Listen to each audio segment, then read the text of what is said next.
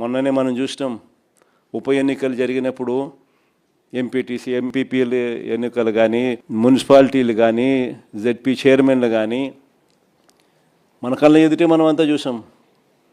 మేయర్లు కానీ బలవంతంగా ఏ మాదిరిగా అధికార దుర్వినియోగం చేసి చంద్రబాబు నాయుడు గారు ఏ రకంగా దౌర్జన్యం చేసి ప్రలోభాలు పెట్టి దౌర్జన్యం చేసి ఏ రకంగా ఎన్నికలు రిగ్ చేసే కార్యక్రమం చేస్తాడో మనం అంతా కూడా చూసాం.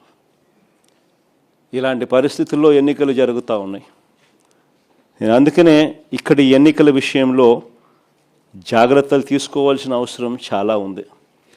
ఎన్నికల్లో ప్రతి ఒక్కళ్ళం కూడా ఆషామాషిగా తీసుకోవాల్సిన ఎన్నిక కానే కావు. ఎక్కడైనా ఏ కాన్స్టిట్యున్సీలో అయినా కూడా ప్రతి ఒక్కరూ గుర్తుపెట్టుకోవాల్సింది ఏంటంటే కార్యకర్తల కోసం మనం నిలబడే ఎన్నిక ఈ ఎన్నికలు అనేది ప్రతి ఒక్కరూ గుర్తుపెట్టుకోవాలి. గెలుపు ఓటమి పక్కన పెట్టేసేద్దాం. చంద్రబాబు నాయుడు గారు దౌర్జన్యాలు ఏం చేస్తాడో, ఎలా చేస్తాడో, ఏం చేస్తాడో, ఏ మేరకు చేస్తాడో వేరే విషయం. కానీ ఆ కార్యకర్తకు దౌర్జన్యం చేసిన మా నాయకుడు మాకు తోడుగా ఉన్నాడు అన్న భరోసా ఆ కార్యకర్త కలగాల.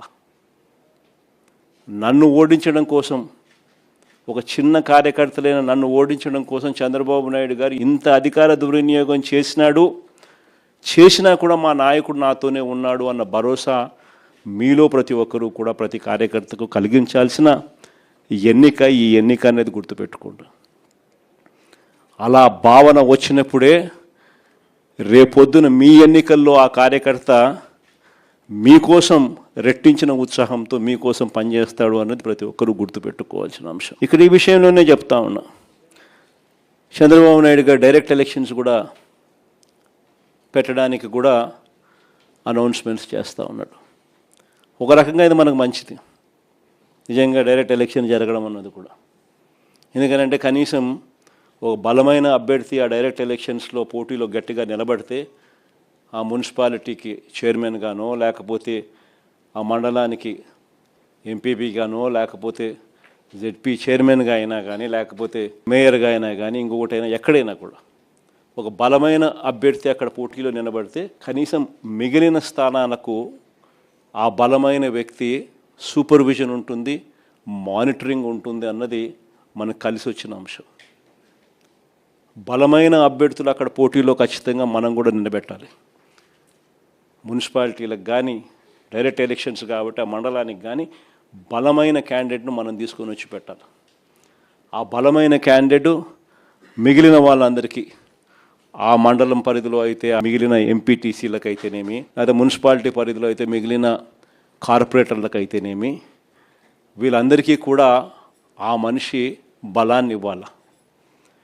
ఆ మనిషి సూపర్విజన్ చేయాలి. ఆ మనిషి సూపర్విజను, ఆ మనిషి బలాన్ని రెండింటినీ కూడా కార్యకర్తలకు ఇవ్వగలిగితే ఒక బలమైన క్యాండిడేట్ గెలుచుకొని వస్తాడు అనేది గుర్తుపెట్టుకోవాల్సిన అంశం. ఈ ఎన్నికల్లో మనం గెలిపించుకునేది మన కార్యకర్తలను.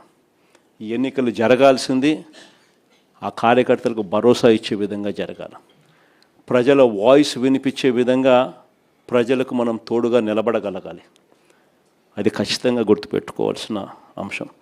ఎక్కడైనా కూడా మీ నియోజకవర్గాలలో ఎక్కడైనా కూడా ఏకగ్రీవంగా ఎక్కడైనా ఎన్నిక జరిగితే మాత్రం నన్ను అడగాల్సిన పనిలా క్యాండిడేట్ ఆ తర్వాత ఎన్నికల్లో పోటీ చేయడానికి మీరే గుర్తుపెట్టుకోండి. ఎక్కడైనా పోటీ జరగకోకుండా ఏకగ్రీవంగా ఇడిచిపెట్టినారంటే మాత్రం ఆ తర్వాత క్యాండిడేట్ ఎమ్మెల్యే ఎలక్షన్లో క్యాండిడేట్ కాడు అనేది గుర్తుపెట్టుకోండి. అంత ప్రస్ఫుటంగా అంత క్రిస్టల్ క్లియర్గా చెప్తా ఉన్నా. ప్రతి చోట పోటీ జరగాల.